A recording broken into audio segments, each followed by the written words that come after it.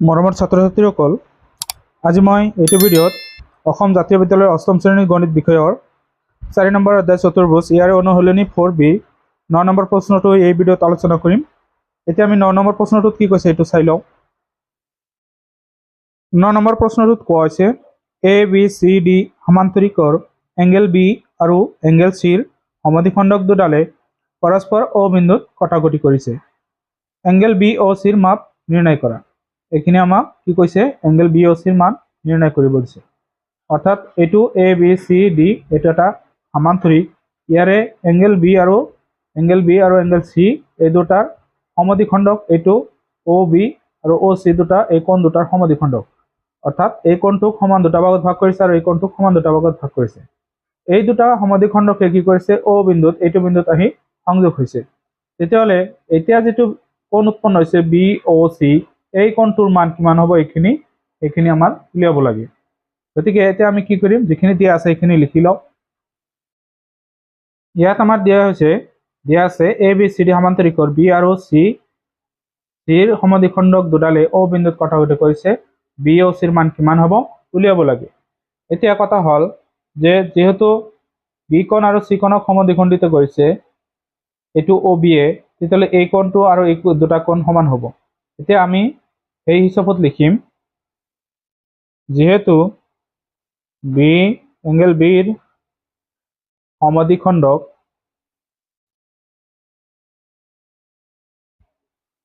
সমদ্বিখণ্ডক OB, গতিকে আমি লিখিম ABO angle ABO equal to angle OBC।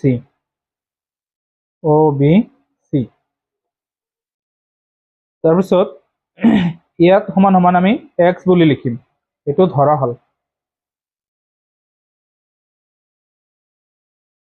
অৰ্থাৎ এইটো X হ'লে এইটো X হ'ব, দুটা X বুলি আমি ধৰিলোঁ, দুটা X হ'ব। আকৌ আমি ইয়াতে C কোণৰ সমদ্বিখণ্ডক ডালৰ নাম হ'ল OC। একেদৰে আমি লিখিম,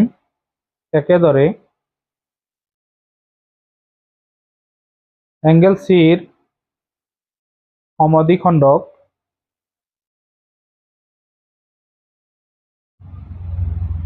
OC। গতিকে angle DCO equal angle OCB। এইটো আমি Y বুলি ধৰিলোঁ, এইটো ধৰা হ'ল।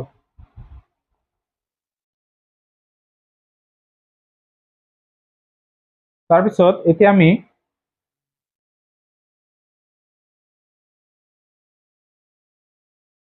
এই সমান্তৰিকৰ চাৰিওটা কোণ আমি যোগ কৰিম। সমান্তৰিকৰ চাৰিওটা কোণৰ সমষ্টি কিমান হ'ব, 360 ডিগ্ৰী। এতিয়া angle A plus angle B plus angle C plus angle D equal to 360 degree.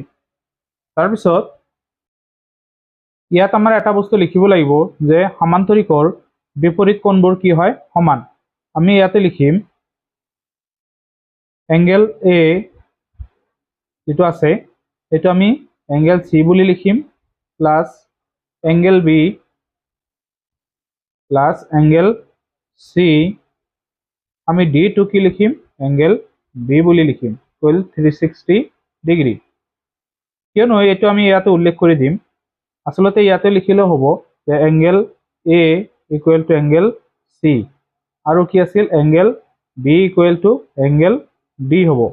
তো ইয়াৰ পৰা আমি ক'ব পাৰি, নাইবাতো ইয়াত লিখিব পাৰি যে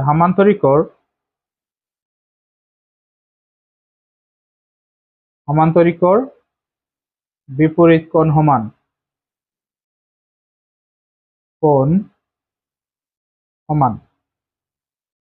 এটা আমি লিখিব পাৰি। তো বিপৰীত কোণ সমান হ'লে ধৰা হ'ল A ৰ লগত C সমান, তো A C যদি সমান হয় তেতিয়াহ'লে আমি C কোণটো A কোণৰ সলনি আমি C বহাব পাৰোঁ। অৰ্থাৎ ইয়াত যেহেতু A আৰু C সমান হৈছে, গতিকে A ৰ ঠাইত আমি C বহাইছোঁ। তাৰপিছত বি কোণ লিখিছোঁ, চি কোণ লিখিছোঁ, ডি আৰু কোণটো ডি আৰু বি কোণ সমান আছিল সেইকাৰণে আমি ডিটো সলাই আমি বি কৰি দিছোঁ। গতিকে এতিয়া আমি কি পাইছোঁ যে দুটা চি পাইছোঁ আৰু দুটা বি পাইছোঁ। দুটা বি যোগ কৰিলে কিমান হ'ব? Angle two angle B plus আৰু দুটা চি আছে তেতিয়াহ'লে যোগ কৰিলে হ'ব 2c ইকুৱেল টু 360 ডিগ্ৰী। ইয়াৰ পিছত আমি দুয়োটাৰ পৰাই কি কৰিম? 2 কমন ল'ম। তো 2 কমন ল'লে angle B plus angle C থাকিব ইকুৱেল টু 360 ডিগ্ৰী। এতিয়া 2ৰে যদি আমি সেইখিনিক হৰণ কৰোঁ, এংগেল বি অৰ্থাৎ 2 সোঁফালে গ'লে হৰণ হ'ব এংগেল চি 360 ডিভাইডেড বাই 2। কিমান বাৰ হৰণ যাব? ইয়াত 180 বাৰ। তাৰপিছত ইয়াত ৰৈ গ'ল angle B plus angle C. এতিয়া কথা হ'ল এংগেল বি আৰু এংগেল চি এই দুটাক আমি কি কৰিব পাৰোঁ? দুটা ভাগত ভাগ কৰিব পাৰোঁ। এতিয়া কথা হ'ল ইয়াতে এইটো হ'ব এংগেল বি, এই এংগেল বিক আমি এ বি অ' আৰু কি অ বি চি ভাগত ভাগ কৰিব পাৰিম।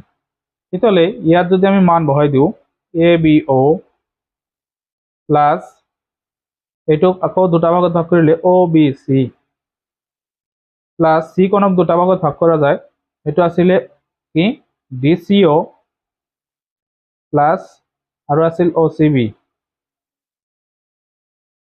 Equal to 180। এতিয়া কি হ'ব? এতিয়া আমাৰ ইয়াতে এ বি অ' আৰু অ বি চি এই দুটা মান আমি ধৰিছিলোঁ এ বি অ' আৰু O B C equal to X আছিলে। গতিকে এই দুটা আমি এক্স বুলি লিখিম। এক্স প্লাছ এক্স প্লাছ এইটো আমি ৱাই বুলি ধৰিছিলোঁ, Y plus Y equal to 180 degree. এতিয়া আমি এক্স দুটা যোগ কৰিলে হ'ব 2x plus 2y equal to 180। তেতিয়াহ'লে ইয়াতে আমাৰ 2 কমন আহিব x plus Y equal to 180। তাৰপিছত আমি 2 সোঁফালে দিম, সোঁফালে দিলে হৰণ হ'ব X plus Y equal to 180 divided by 2। তেতিয়াহ'লে কিমান পাম আমি হৰণ কৰিলে? 90 পাম। তো 90 হ'লে এক্স প্লাছ ৱাইৰ মান আমি কিমান পালোঁ? 90।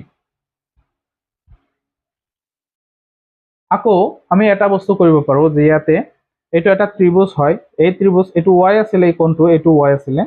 এই ত্ৰিভুজৰ তিনিটা কোণ যোগ কৰিলে কিমান হ'ব? 180 ডিগ্ৰী। গতিকে ইয়াত আমি তিনিটা কোণ যোগ কৰিম, এটা হ'ব এক্স, এটা ৱাই আৰু এটা হ'ব বি অ' চি।